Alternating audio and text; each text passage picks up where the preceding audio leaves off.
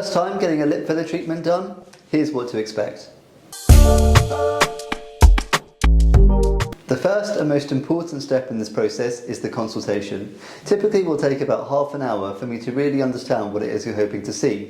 Things that could make this a bit more effective would be if a patient had a clear idea of what it is they're hoping to achieve with their lips. The most common things that I see that people want are going to be maybe just their lip proportions as they are, but maybe 5 to 10% bigger, something really subtle like that, just to subtly enhance what they have.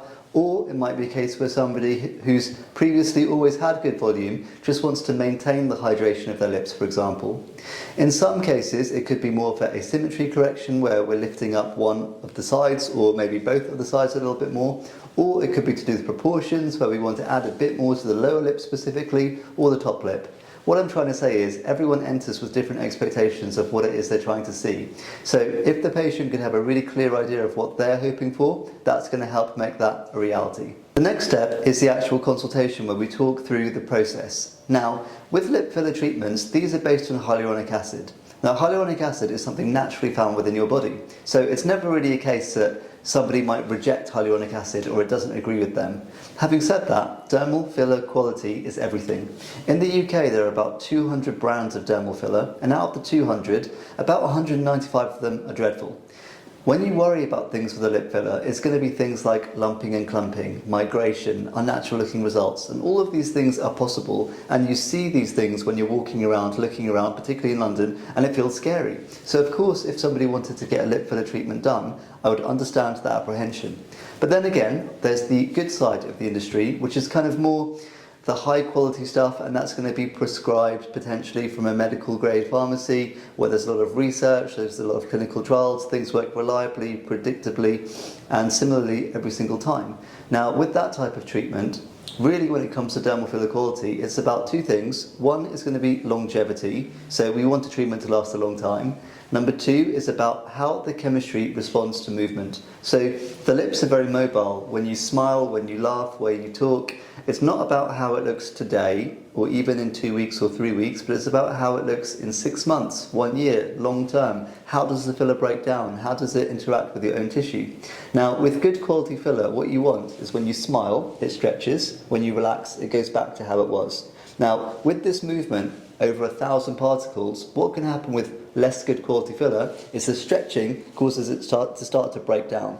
As that happens, filler can move in different directions, and that's what causes puffiness. So if you can see someone who's maybe had lots of lip filler treatments over a long time and there's migration and it's gone beyond the border, a big reason of that could be down to quality of filler, because the less good quality fillers cause more problems as they break down over time. The next thing is going to be more to do with risks. Now, risks of dermal filler treatments for lip fillers are the following. First, you've got the common stuff. Common stuff is going to be like bleeding, bruising, swelling. Whenever we use an injection, there's always a risk of that type of thing from happening. But lips in particular are quite high risk for bleeding, bruising and swelling because the area is so vascular. So for a lip filler treatment in particular, it's important to be aware if you get treated today, the full result is going to be at 2 to 3 weeks' time. It's not going to be during the in-between because of bruising and swelling.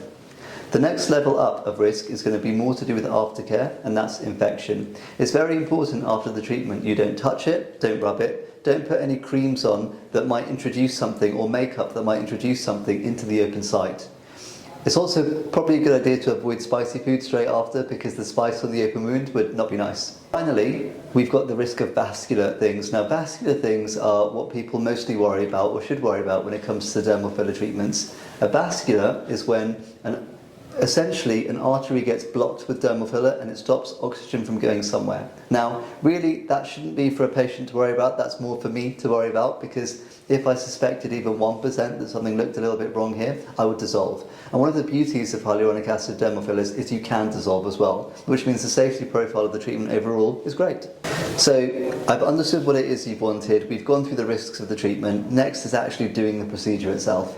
So with doing the procedure, firstly, lips are quite sensitive, so numbing is really important. Normally after I've taken your photos, we probably start the numbing process up for about half an hour because the lips are quite sensitive and the numbing cream really helps. It's so strong in fact that you probably feel like you're dribbling when you're talking, you probably feel like everything's so swollen and big anyway but nothing's actually happening. It's just the cream taking effect and feeling really, really weird. That feeling will go shortly over time when the treatment's done, but also the needle itself has anaesthesia in it. So as I'm treating the lip, it's getting more numb. So that numbing effect can take a couple of hours to fully leave your system, but it makes the process and procedure a lot more comfortable. So to summarise, I think lip filler treatments are probably one of the scarier ones to get for a patient, and I understand why. Because when you look around you, if something has been done in a way where it looks obvious, that's what you see. But what you can't tell are the millions of people who are walking around who've had this treatment done and it looks perfectly natural because it's been done nicely. I always say the best type of treatment is one that you know you've had but other people can't tell, and that really does apply for lip fillers especially.